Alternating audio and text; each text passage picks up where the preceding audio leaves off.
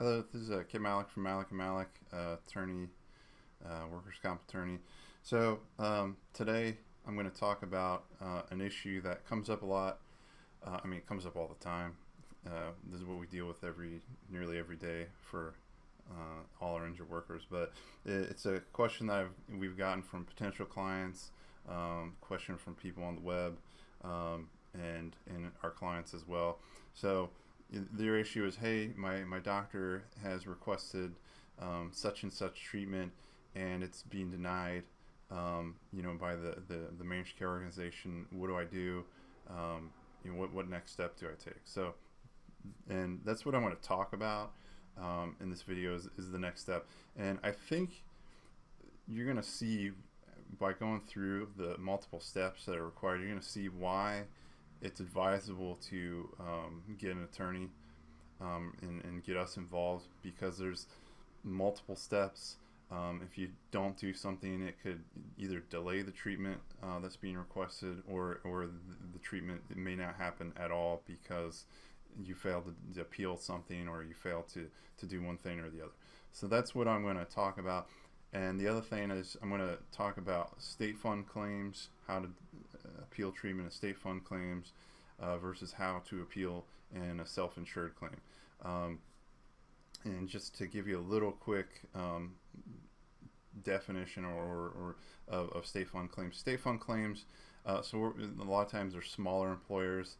For instance, Malek & Malek, we're a state fund claim. We are if somebody gets injured, the benefits and the comp are going to be paid out of the state fund. Self-insured claims or self-insured employers tend to be massive. They're big companies, and so it's cheaper for them. It's just economically makes more sense for them to set up their own essentially fund, manage the claim themselves.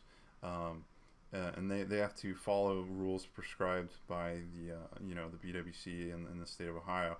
As long as they adhere to that, they're allowed to have their own fund.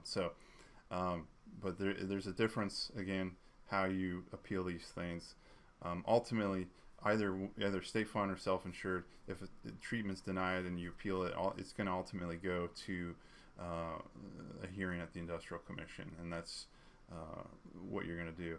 Ultimately, if it's denied, you're going to make your argument, and the employer or employer rep is going to make their argument, and the hearing officer is either going to deny it or authorize it. So first things first.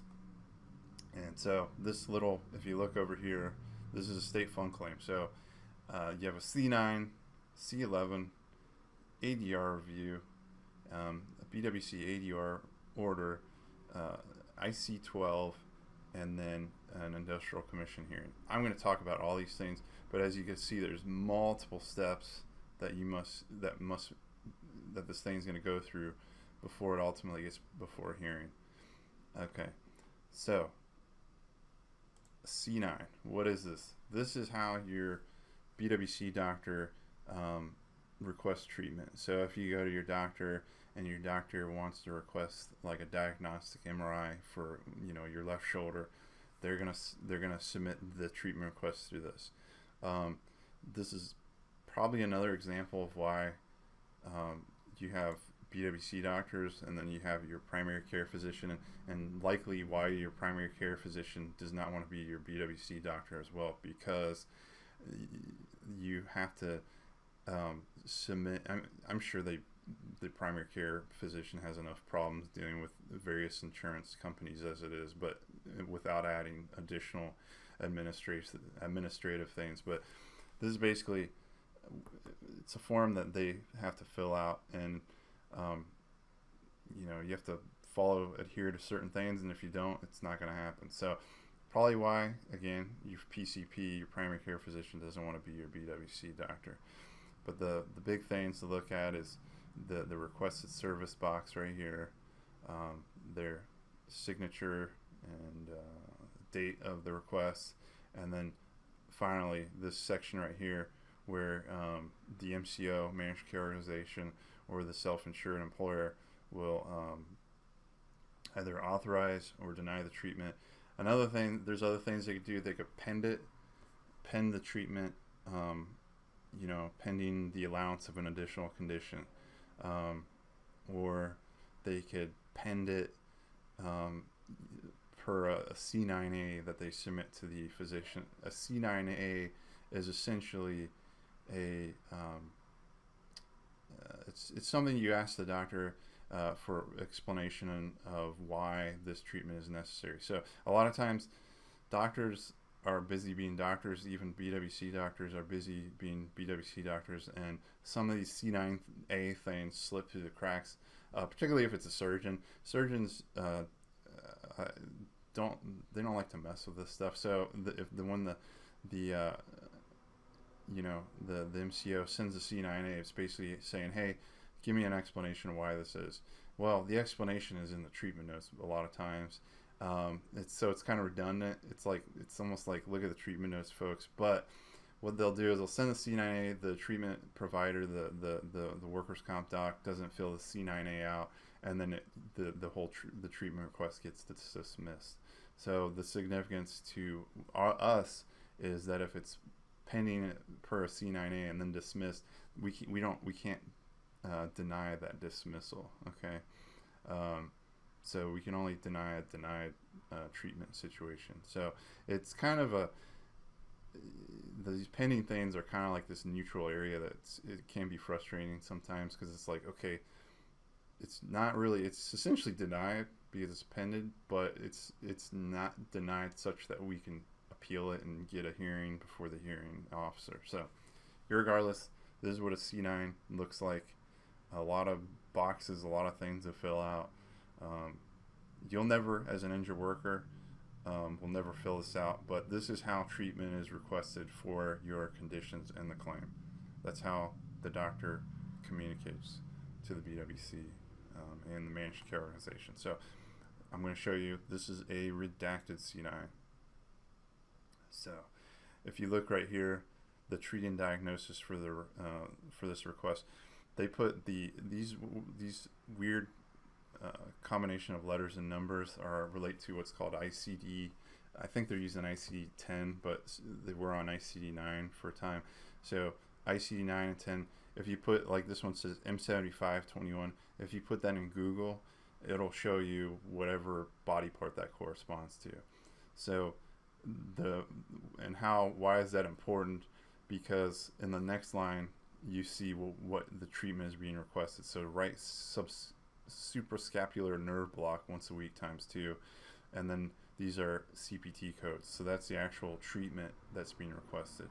So this treatment, this right suprascapular nerve block, must be addressing these conditions, these 3 conditions. So if the allowed condition in your claim, for instance, is you have lumbar sprain and your doctor's requesting some kind of back surgery, that's not going to happen. So you have to have the conditions have to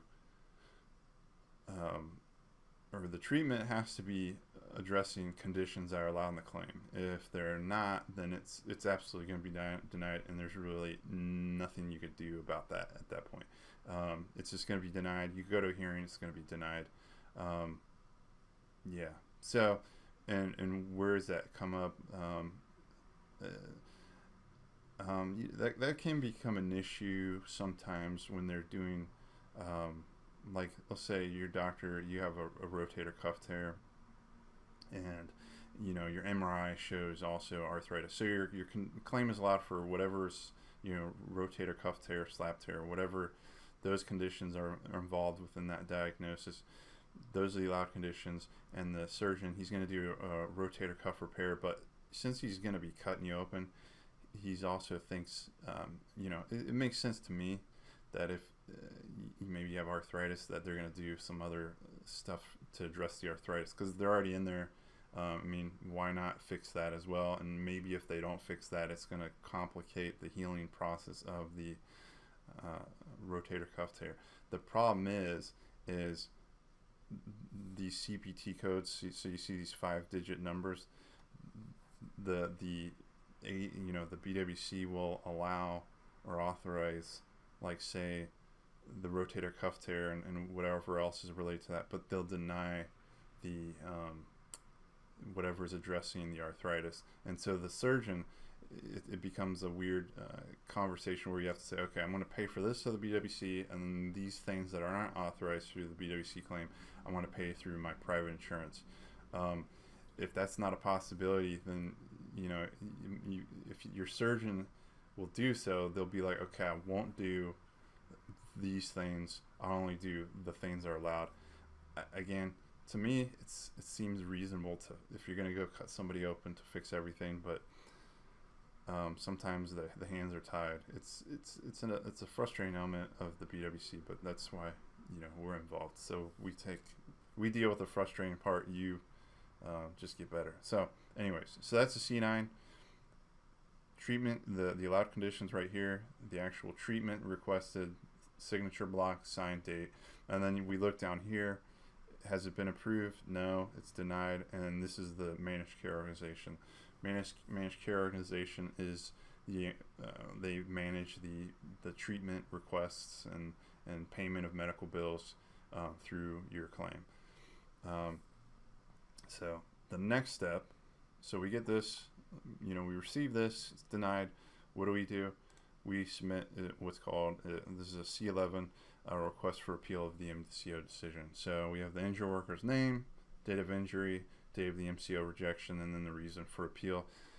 Oftentimes it's as simple as claimant disagrees with the decision, of the MCO. That's enough usually. But we sign and date that. We'll send that to the managed care organization. We'll send that to the BWC, and then what happens next is the BWC will have an ADR review undertaken, and that ADR stands for Alternative Dispute Resolution. But essentially, in this ADR review, there'll either be an ADR review accompanying an independent medical exam, or it'll just be an ADR file review.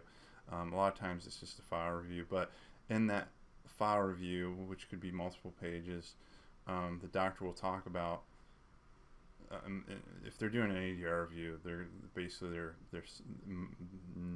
I don't know, most of the time they're denying whatever is being requested, but they'll explain, this is what's allowed in the claim, this is the treatment this person had, this is the reason why said treatment is being denied.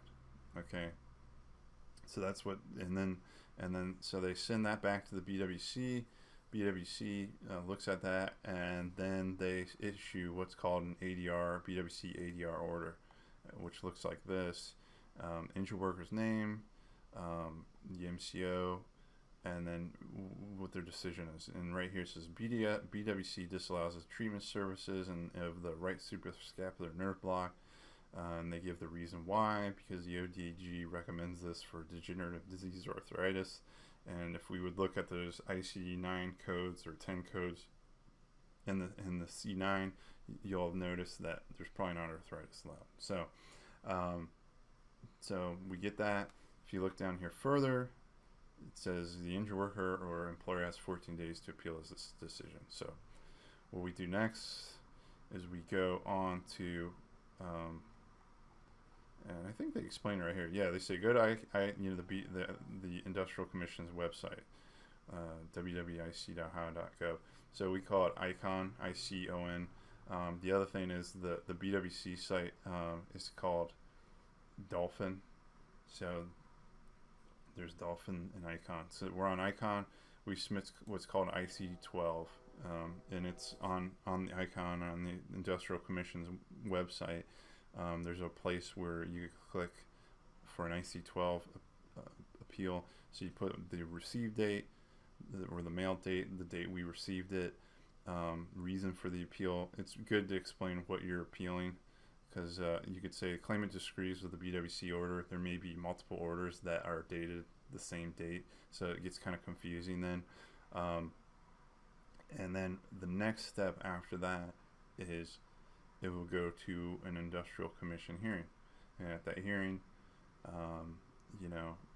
you'll make your argument, or you'll give your testimony. I'll make the argument based on the medical and your testimony and why it should be authorized. I may ask you some questions. I may ask you to explain some things.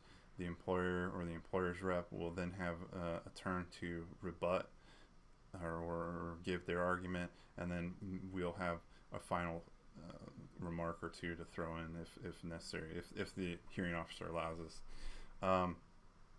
And a lot of times what we're looking for is looking at what's the data. So this treatment was requested in April, so we're going to look at the contemporaneous medical notes of that treating physician. So why do you need this treatment? You're going to see that in those notes. Why does the doctor, what's he addressing? You'll often find that there. If we need to get additional reasons, we'll reach out to the doctor or the doctor's office saying, hey, why is this? Why do you need this? What's this treating? Can you give us some kind of narrative? And sometimes they do, sometimes they don't. And then there's different arguments you can make. For instance, chiropractor,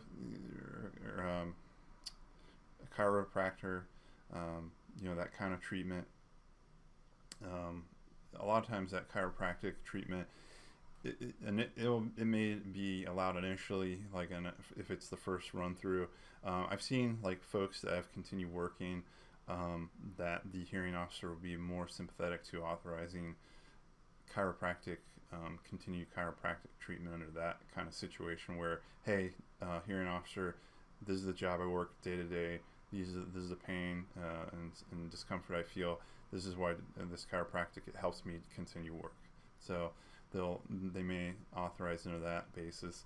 If it's a diagnostic, if it's the first MRI, if you've never had an MRI on this claim, they'll 89% of the time they'll authorize that kind of thing because it makes sense. But if it's like your doctor wants a follow-up diagnostic MRI a year after the initial MRI, unless there's been surgery or something intervening between those two things, it's likely they're not going to authorize those so close together.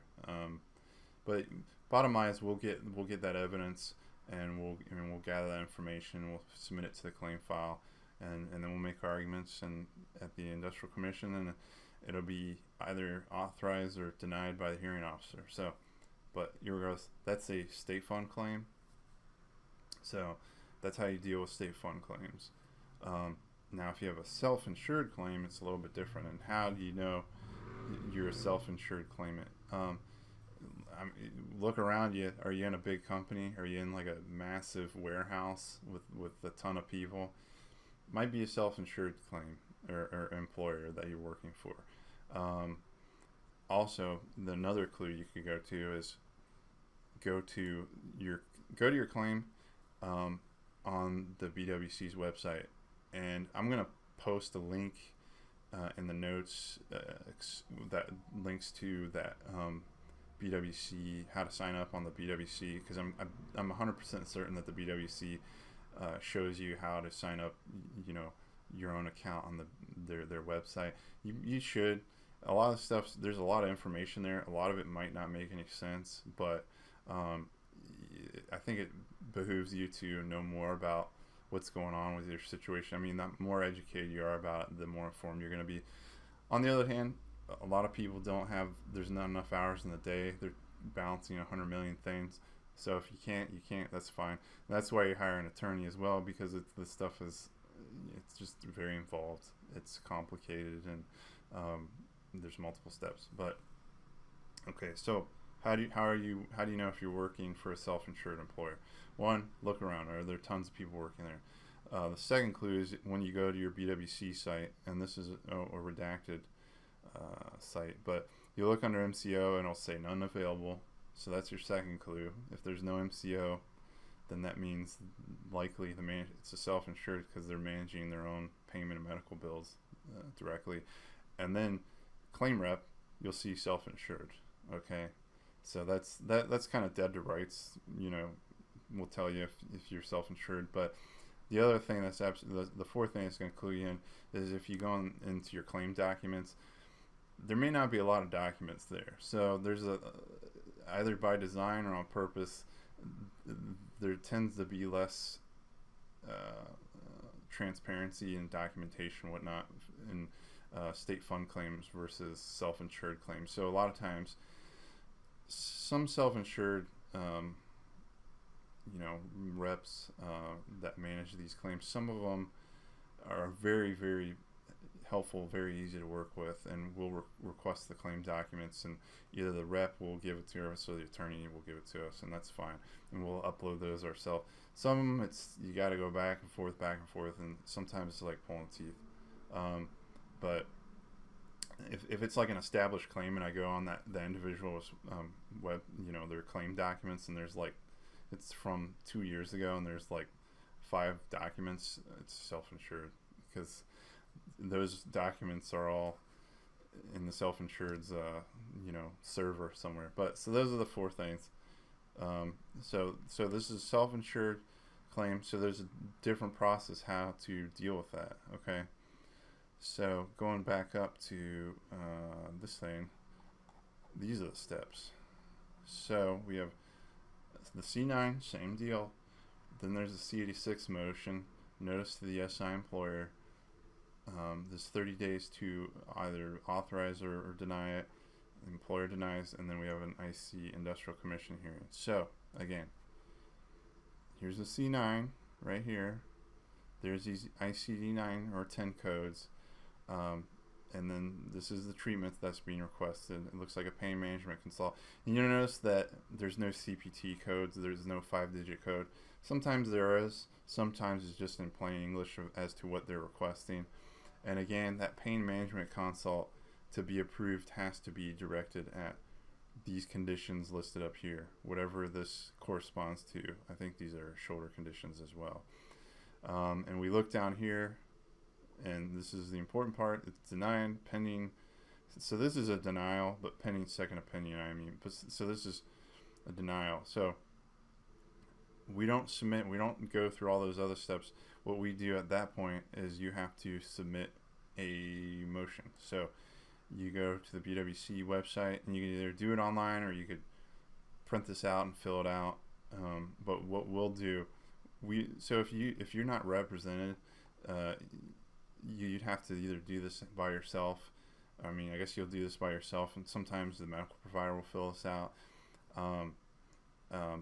But you'll say, what you want. So injured worker respectfully requests that the SI employer pay for this pain management consult. Pretty simple. Put what's in support. So if you have, we'll put the C9. If there's treatment notes that correspond to that, we'll put that in there as well. We'll sign and date that, and then we'll submit it, okay, to the BWC. And then if we go back to this, what we might end up also doing is we might go ahead, either call or email this claim rep and say, hey, could you give notice to the employer of our appeal? A lot of times, some of these folks will do it automatically without our prompting. Sometimes that's not the case. So some of these, depending on who's the claim rep involved, we may or may not have to babysit it or be more, I forget, being a more squeaky wheel, I guess. Okay, so we've submitted that motion, and then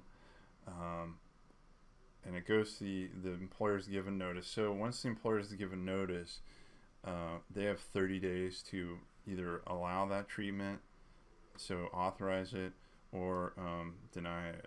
So if they deny it, then the next thing that's going to happen is it gets referred to a hearing before the industrial commission. So this is what this is. So that there's not any additional appeal that I'm going to make.